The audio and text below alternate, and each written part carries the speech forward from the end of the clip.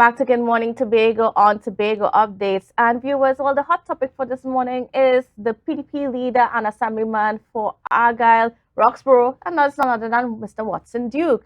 As we know, the last few days, it's been a lot of talks about Duke wanting to reconcile with Chief Secretary Fali Augustine, want to mend that broken relationship towards fulfilling the mandates that the executive was voted into public.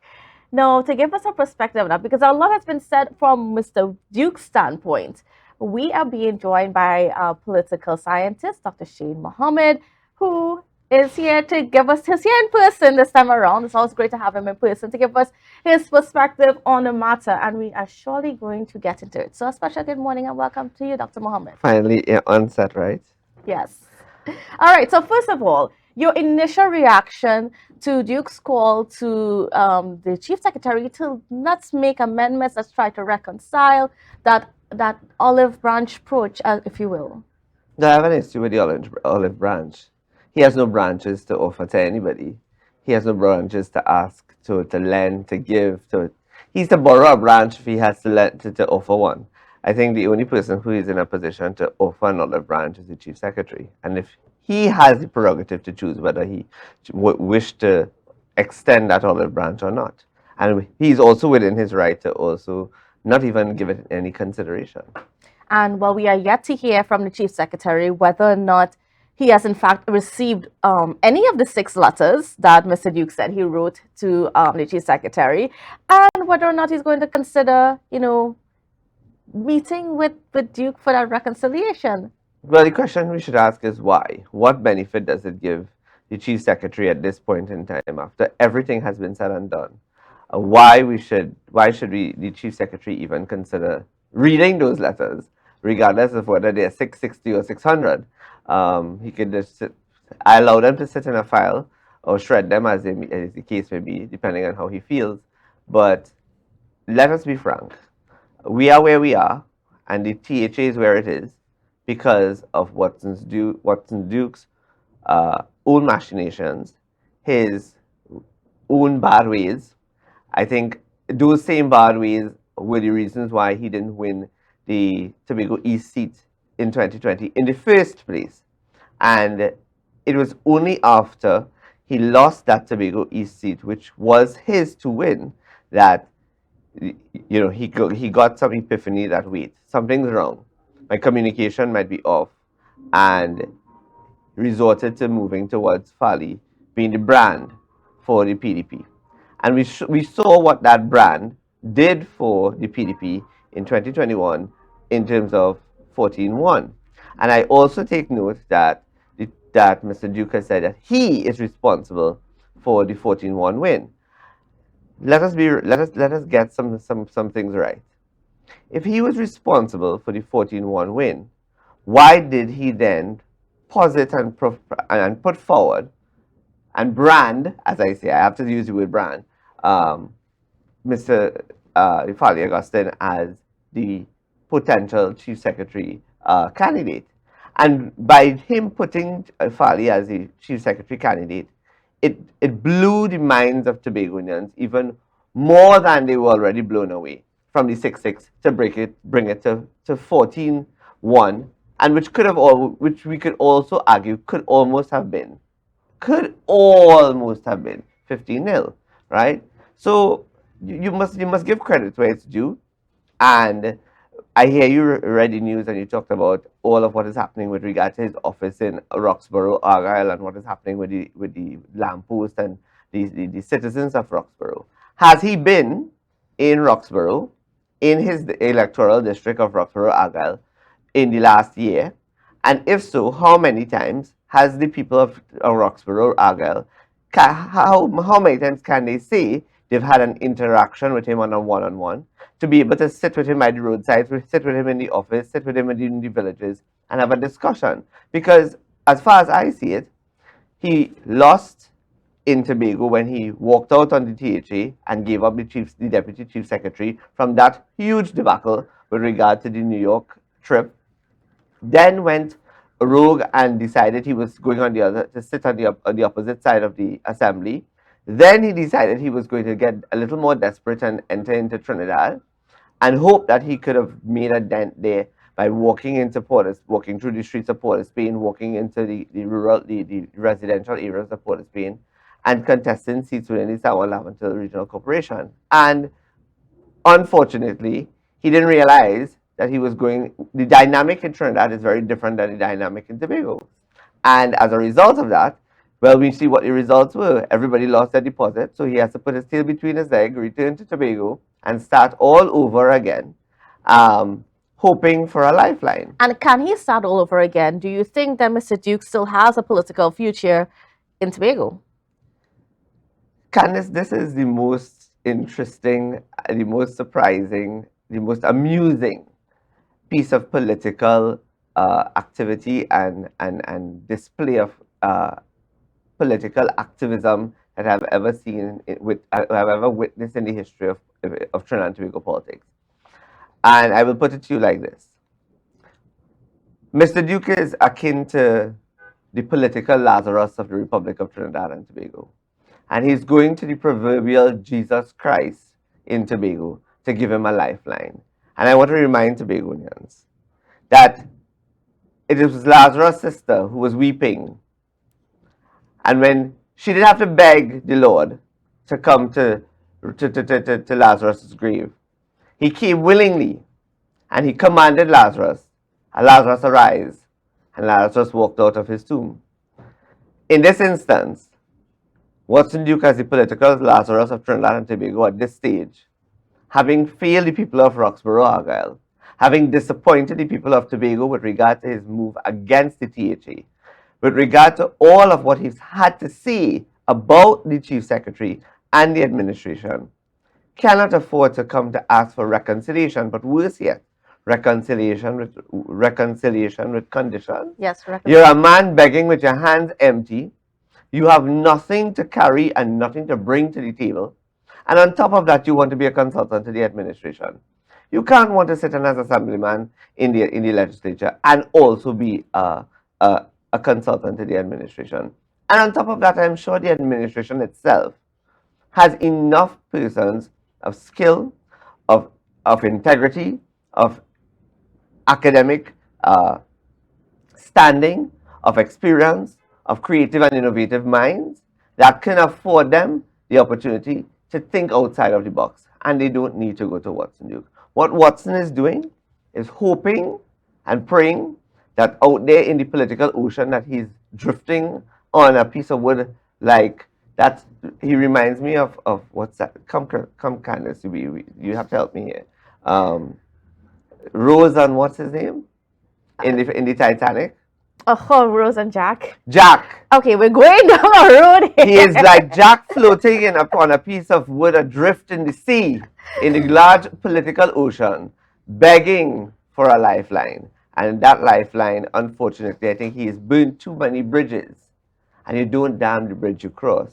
And he's burnt too many bridges. That has also caused the Tobagonian people a level of discontent, a level of discomfort, because the people of Tobago does not like the fighting and the infighting.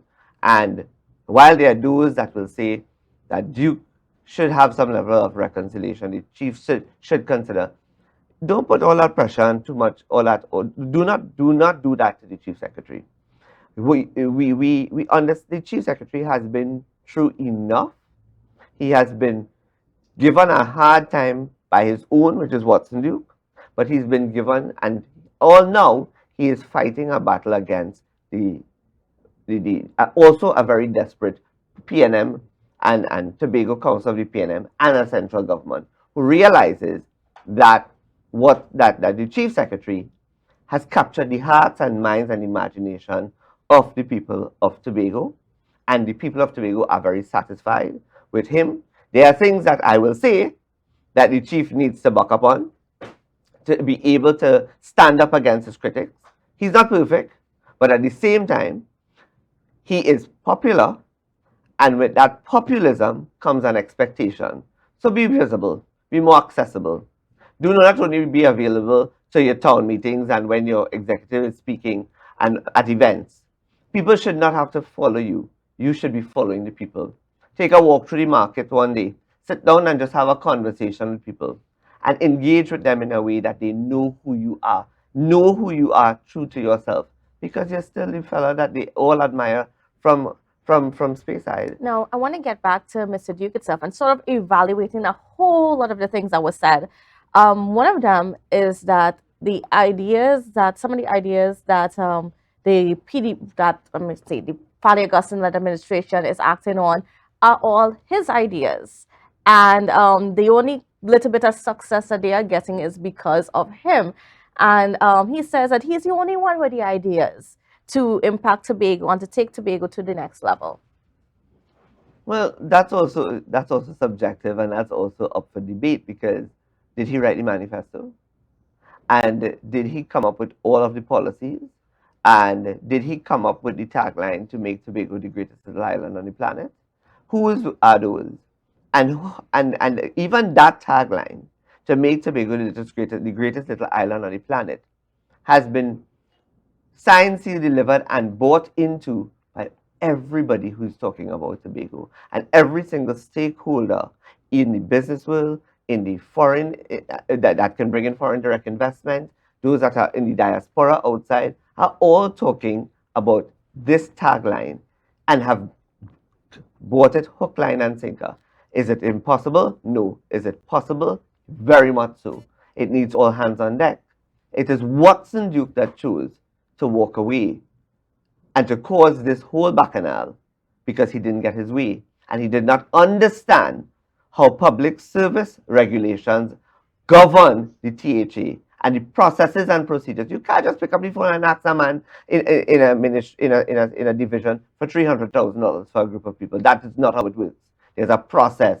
There's a process for quotations. There's a process of writing the minute, putting it in a file, signing it, sending it off to the chief administrator, to the administrator of the division, and then getting approval before it can be dispensed. So if he doesn't simply understand that very simple procedure I just outlined to you, then he's talking out of his mind now.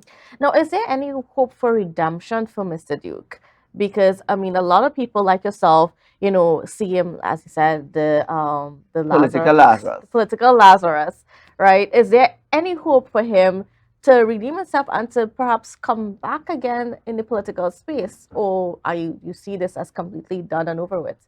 But when one wants to come back into the political arena, and one may have had an epiphany through the local government elections and realize that he's lost completely now.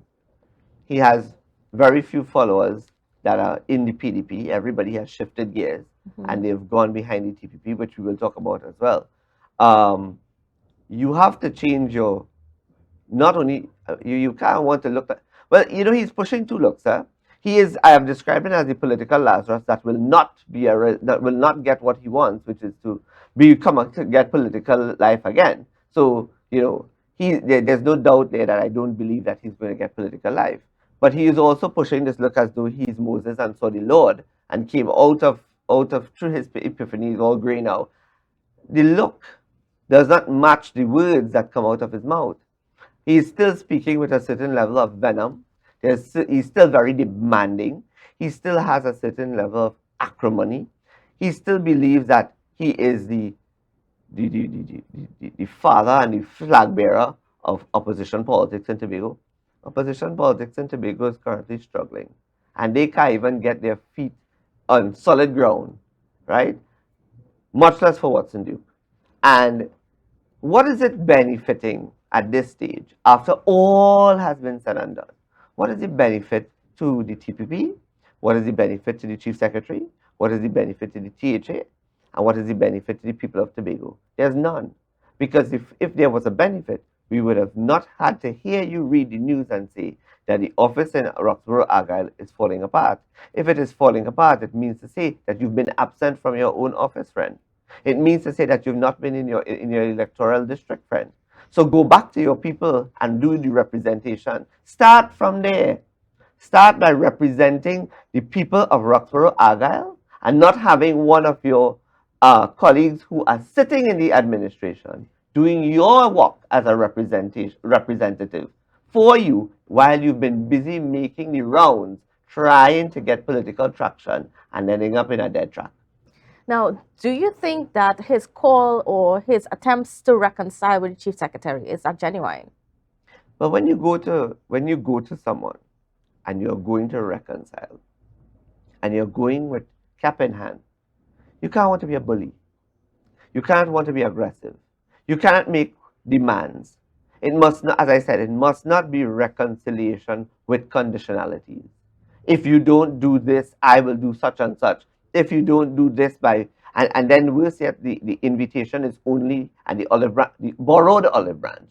Because he went in somebody's yard, see an olive tree, but break the olive branch and come to borrow and teach the people olive branch to come to give it to Father because he had no branch to give. And I will speak very frankly. This is something I predicted very early would happen in terms of Watson Duke being the weakest link and being a liability to the administration, and he's proven me right. And what I don't like is you cannot want to now come after you have failed at all levels of the political arena to come now and come as being some kind of proverbial son and want to come and put say we let us come together and let us work to the betterment of Tobago. And then you want to put conditionalities. Say, no, I want to help, I want to help. However you feel that I am best suited to assist, I will accept. But don't tell me that if I don't accept your reconciliation offer, you go hold me to task. Well, you're holding me to task already because you're on the opposition side. So you ain't going to be doing anything different. What if I was the chief? I'd write him back and say, start by representing the people that you voted for you in that Roxborough Argyle district. And I mean, as you said about, he only referring to the chief secretary, because this is interesting, because it seems as though he doesn't even want to acknowledge the formation of the Tobago People's Party. He kept referring it to the thing. He don't know what that thing is. And if this is, I want you to talk about that language compared for his expressions of wanting to reconcile. You see, again, there's a level of aggressiveness. There's still a level of acrimony. That's the word that I have to use. But at the end of the day, you have to take into consideration that why was the TPP formed? What was the catalyst that led to the TPP? It was because they realized that with Watson as the head of the PDP, he was going to be a dictator. He was going to dictate and want to force upon them certain things or actions or behaviors that they were not willing to accept. He was going to become more adversarial inside to make the job harder because, quite frankly, in the few months that he held the position of Deputy Chief Secretary, he did absolutely nothing. Let's put that on record. He didn't even get the office that is supposed to be a liaison between Tobago and Trinidad in Port of Spain set up effectively. So to set up a simple thing like an office, he did not get done, right? But to say that this thing, and he doesn't recognize the thing, he don't have to recognize the thing. The people of Tobago has already recognized it as a political party, and as far as I'm aware, it has already been registered with a symbol, a color, and a name under the EBC. So he don't need to recognize it. The Election and Boundaries Commission recognizes it, and the PNM also recognizes it because they are also on the back foot, now wondering who should we put to stand against the TPP, because the TPP also remains very popular among the people, right? And the PPP, let us also understand that this is not a TPP administration. The law does not allow for the administration to be labeled along the political lines. So it is the Farley Augustine-led administration, just it was the Kelvin Charles-led administration. It was the Hochul Charles-led administration. So let's not tie the two into one. It's two separate entities. The administration is the governance aspect, and the TPP is the political aspect. And it can be separated. So he don't need to recognize it. What he needs to realize is whether he paying rent for the PDP office making any sense to him, or he wasting some financiers' resources, right? And how best that can be put together.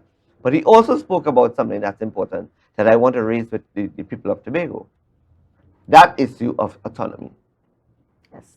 And said that if he does not work together and they don't come together with that Fali, if Fali doesn't accept his reconciliation request and they don't come together to work to the benefit of the people of Tobago, then they are going to be stymieing and closing off and putting a halt to Tobago's development and also to the whole role of the whole uh, process of autonomy for Tobago.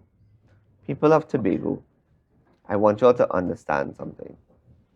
For autonomy of Tobago to take place, there has to be a at least a 3/5, but at best a 2/3 majority to allow for constitutional reform, which is the changing of the constitution to entrench Tobago's autonomy into the constitution and allow Trinidad and Tobago to move from being what the government wants it to be now, which is still a democratic society, a democracy, a parliamentary democracy. But in the true sense of Tobago getting its autonomy, it would be require every single person who has an interest in the development of Tobago and Trinidad and how we move forward as a nation and as one people requires us to get us to at least a at best a 2/3 majority, so that we will have the numbers in the parliament that will be able to change the law and effect and to provide Tobago with the autonomy it so rightly deserves. So don't believe that without Watson Duke, you will get autonomy. You wouldn't get autonomy. And don't believe either that it is so simple. Autonomy cannot come by a simple majority. No, and what's interesting with that whole matter is that the quest for autonomy was also put on Mr. Duke as his position when he had held that position as Deputy Chief Secretary. And the purpose for establishing an office in Trinidad was to advocate on behalf of Tobago, see how much he can use his negotiation skills to get somewhere with autonomy for Tobago. And then we saw him saying over the last couple of days that, the Father Augustine administration failed in bringing autonomy for Tobago, but we didn't see anything from him where that was concerned. You cannot bring autonomy to Tobago if there's a simple majority in the parliament. And you cannot bring autonomy to Tobago if the parliament consists of a PNM, 2 PNM MPs, and the UNC alone. You cannot bring autonomy to Tobago when you have an adversarial parliamentary House of Representatives where both sides can't even agree on something that requires a simple majority. You cannot have autonomy for Tobago if Tobago is not fairly represented within the Parliament of Trinidad and Tobago. And that means, therefore, that in the run-up to the 2025 general election, it is for the TPP to be able to win those 2 seats and also form. Fali can say what he wants now about not joining or not partnering with another political party in Tobago, in Trinidad. It may not necessarily be that he has to align himself with the UNC. Who knows tomorrow? A day in politics is like a lifetime. And what happens today, you could have a party in existence today, and it has happened, with an opposition leader sitting in the seat today, and by tomorrow morning you have a new opposition leader. We have, in this country, we have had a prime minister sitting in the chair between 2007 and 2010, realized that he had become so unpopular by his own actions that he decided to call a snap election, and then within 1 month, he was out of office by a massive majority. So things change, and therefore, the time between now and 2025, one of the things that the administration or the TPP should be putting together is a document or a continuation of what already exists in the document for Tobago's autonomy to be presented and to be discussed. And I'm very happy you raised the issue about his ability, Watson's ability to negotiate, because that alone says that they had an appreciation, that is, the administration had an appreciation and an understanding of the skill. Or a skill that he himself did not even have an appreciation and understanding of, and not understanding the role he could have played had he just simply been diplomatic, understood his role and function, and stop being such a political menace. And those are the words we're going to have to leave this conversation. I want to thank you so much, Dr. Mohammed, for being on with us. And just going to say, we need to have you in person a little bit more often. I make that promise. So, viewers, please don't go anywhere because we are not done yet with GMT. We'll be back right after the break. The energy filled us.